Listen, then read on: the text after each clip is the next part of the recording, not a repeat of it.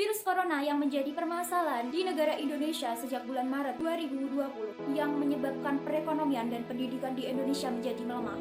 Dan semakin hari semakin banyaknya orang-orang yang terkena positif COVID-19 di Indonesia. Salah satu penyebabnya adalah banyaknya masyarakat yang tidak mematuhi protokol kesehatan yang telah ditetapkan Kementerian Kesehatan dan pemerintah. Hal ini menyebabkan negara Indonesia berada di peringkat 23 di dunia atas kasus terbanyaknya orang yang terkena positif COVID-19. Hal ini apabila tidak segera diputuskan akan mengakibatkan matinya perekonomian di Indonesia karena mayoritas masyarakat yang kini berada di rumah. Hal ini berkaitan dengan undang-undang yang telah ditetapkan oleh DPR RI dengan sila ketiga Pancasila, yaitu Persatuan Indonesia. Mengapa hal ini berkaitan? Karena dalam memutus rantai penyebaran COVID-19 di Indonesia harus dilandaskan dengan kesatuan. Karena itulah, apabila kita tidak bersatu, maka akan terjadi kesulitan dalam memutus rantai penyebaran COVID-19 di Indonesia. Padahal, negara Indonesia adalah negara demokrasi.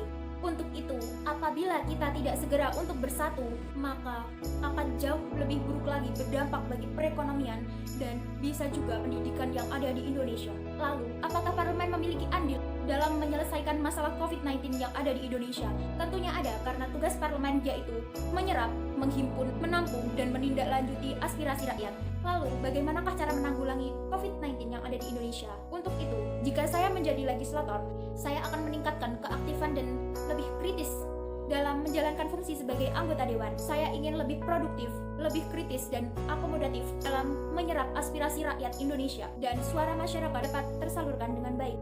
Hal yang akan saya lakukan adalah yang pertama, menerapkan kebijakan yang telah ditetapkan oleh pemerintah dan membuat peraturan untuk tidak melanggarnya, baik disengaja maupun tidak disengaja, dalam rapat dewan dan pemerintah. Yang kedua adalah membuat peringatan atau poster tentang bahayanya virus COVID-19 yang dilanda negara Indonesia pada saat ini dengan acuan tetap menjaga protokol kesehatan.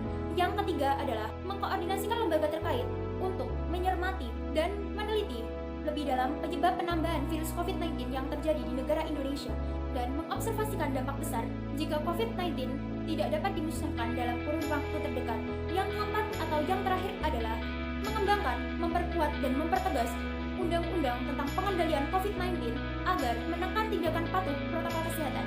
Sudah saatnya kita bergerak memutus rantai penyebaran COVID-19 Indonesia untuk mewujudkan negara Indonesia bebas virus COVID-19 dan membangkitkan sistem-sistem yang melemah dalam pandemi COVID-19.